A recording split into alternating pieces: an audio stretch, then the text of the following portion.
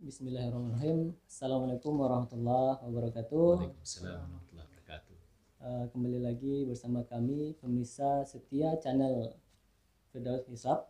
Yaitu pada kesempatan kali ini saya sendiri sebagai pembawa acara, yaitu perkenalkan Andri Santoso, mahasiswa Prodi Pendidikan Agama Islam, Fakultas Agama Islam Universitas Muhammadiyah Sumatera Barat.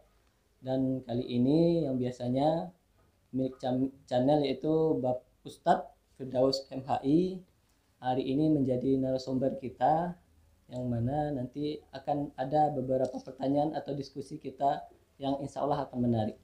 Ya Pak De. Insya Allah. Bagaimana kabarnya Pak De? Alhamdulillah sehat. Senang bertemu Andri sudah hadir dalam forum channel Firdaus Hisab ini. Moga-moga ini berkembang silaturahim kita. Baik, terima kasih Pak De. Ya. Mungkin langsung saja Pak De untuk diskusi kita Pak De. Ya. Kan alhamdulillah kita hari ini berada di pertengahan bulan suci Ramadan. Ya. Maka dari itu nanti kita akan memasuki hari Idul Fitri. Kira-kira nih Pak De gitu, kapan sih hari raya Idul Fitri itu gitu, untuk bulan ini atau tahun ini Pak De? Ya, hari raya Idul Fitri itu diakhiri dengan bulan Ramadan, yang di akhir bulan Ramadan itu terjadi ijtima. Ijtima itu artinya berkumpulnya bulan, bumi dengan matahari pada satu garis. Itu namanya berkumpul. Untuk apa gunanya? Sebagai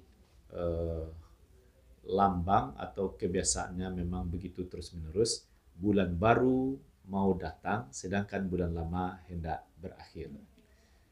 Kemudian pada hari itu saat matahari terbenam, mataharinya yang bulan di posisinya di mana? Matahari terbenam kan maghrib masuk.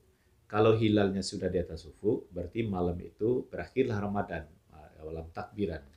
Ini yang terjadi pada tahun ini 1442 ya. Pada tanggal 12 Mei Ramadan kita berakhir, saat matahari terbenam itu hilalnya sudah di atas ufuk. Lalu bagaimana? Karena dia di atas ufuk disebut hilalnya sudah hadir, maka malam itu takbiran. Besoknya tanggal 13 disebut 1 Muharram. Jadi insya Allah tahun ini secara nasional itu sama untuk berhari raya. Tapi kalaupun ada perbedaan, tentu kita saling menghormati. Nah, ya berarti ada hilal baru bisa dinyatakan itu 1 Muharram ya Pak Ya, De? disebut 1 Sawal. Satu Satu Sawal, Sawal. ya. Idul Fitri itu kan 1 Sawal. Ini 1 Sawal. Nah, kan tadi Pak De bilang juga nanti kalau seandainya ada perbedaan antara kita sama nasional itu bagaimana Pak De gitu? Kalau berbeda secara nasional, disinilah kan pemerintah juga luar biasa, sangat mengayomi, menghormati yang duluan puasanya, menghormati tentu yang sama dengan keputusan pemerintah. Bahkan ada pula yang kemudian 1 hari, bahkan ada sampai 2 hari pada ya mungkin gejala-gejala apalah, pemahaman orang sudah 2 hari hari raya kok dia belum juga, ada sampai begitu. Nah, pemerintah di Indonesia menghormati perbedaan tadi. Tentu berniat bagaimana bisa sama. Jadi kalau bisa sama itu kalau posisi hilal di atas ufuk 2 derajat ke atas, karena pemerintah dengan metode imkan ru'yah mungkin dilihat itu 2 derajat ke atas.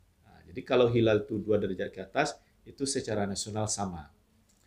Atau di saat matahari terbenam, hilal itu di bawah ufuk, disebut bulannya tidak tampak. Kalau bulannya tidak tampak, sama-sama ditambah menjadi 30. Samalah dia berpuasa atau berhari raya. Akan terjadi perbedaan itu kalau hilal muncul saat matahari terbenam antara 0 derajat sampai 2 derajat. Nah, kalau di antara itu, ini yang kadang membuat terjadi perbedaan. Kalau metode hisab, wujudul hilal, asal dia di atas ufuk, itu disebut bulan barunya sudah muncul. Karena hitungannya begini, namanya hisab. Kalau rule sekolahan bisa paham ya? Dari 0 sampai 30 cm, kita menghitung 30 cm itu kan dari 0 Ya. sampai ke angka 30. Coba dari angka 1 berangkat sampai ke angka 30 jumlahnya 29. 29 ya. Artinya 0 itu sudah positif. Maka dalam ilmu hisab, apabila hilal itu sudah di atas ufuk, maka bulan itu sudah disebut wujud. Sehingga disebut metode hisab hakiki wujudul hilal. Nah, jadi tidak harus menunggu 2 derajat. Bagaimana kalau setengah derajat kan sudah angka. Apalagi sudah 1 derajat, sudah jelas angkanya. 0 saja sudah hitungan positif. Nah, itu kalau dalam metode hisab wujudul hilal. Kalau di pemerintah Indonesia, itu apabila dia 2 derajat ke atas.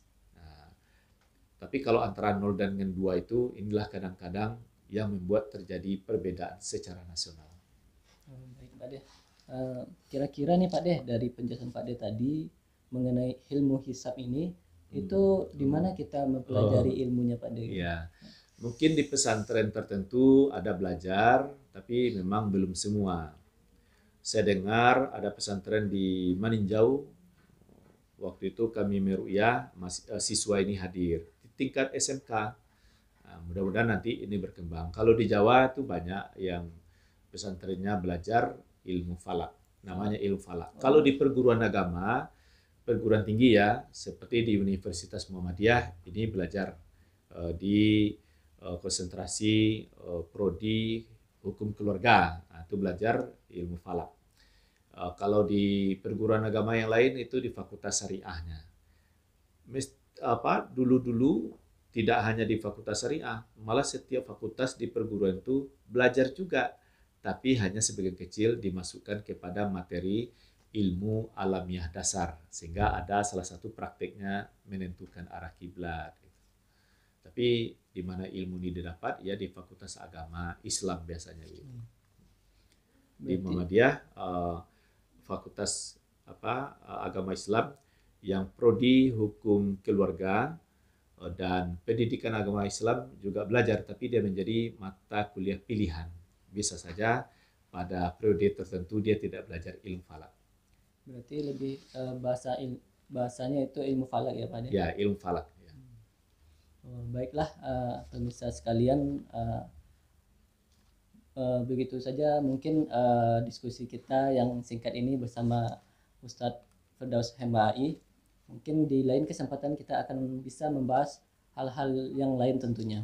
Untuk itu saya pribadi mengucapkan terima kasih banyak untuk Bapak Ustadz Firdaus MHI atas penjelasannya mengenai hari raya dan ilmu falak tentunya. Terima kasih. Billahi fisabilil haq. Astagfirullahaladzim. Assalamualaikum warahmatullahi wabarakatuh. Waalaikumsalam warahmatullahi wabarakatuh.